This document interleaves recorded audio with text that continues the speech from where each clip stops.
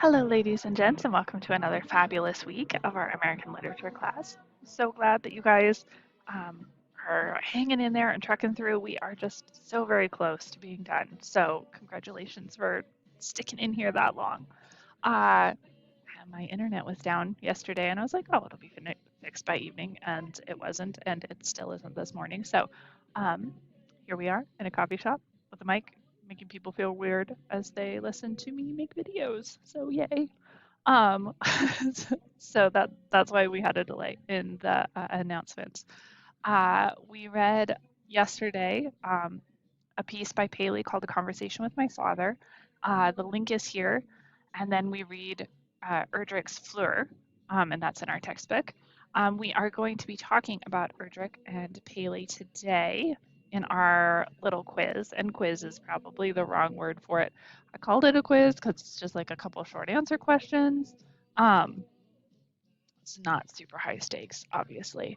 Tell me a little bit about the conversation with my father piece and a little bit about Fleur. What kind of things do you think the author is saying? Um, what are some of those main themes that we like to talk about in literature? And then we will be moving on this week, reading a little bit more of our postmodern lit with Toni Morrison's Recitative, Baldwin's Sunny Blues. And then we've got a little bit more Sherman Alexie. We got a little taste of Sherman Alexie earlier, like 2 weeks ago. We get another taste of Sherman Alexie today with one of my favorite of his poems, which is Sister Fire, Brother Smoke. And I've got that linked for you here because it used to be in our textbook and they decided to take it out, which I took issue with because it's an incredible poem. And it's one of all of Alexie's work is fairly autobiographical.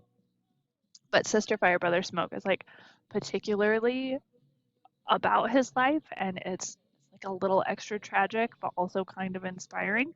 Um, so read that, see what you think. In the modules tab, I've got recorded lectures for Sherman Alexie, and I highly recommend you watch those because he is an incredible writer who's still alive, which is fun. He's from the Pacific Northwest. His books are on banned books list, which is fun.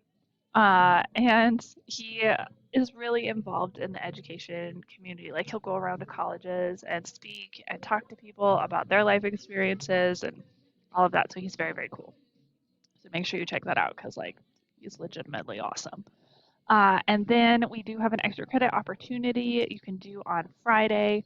Um, this is kind of a fun thing. So there's this very bizarre episode of some very famous postmodernist authors. Jack Kerouac, you'll recognize his name, is on there.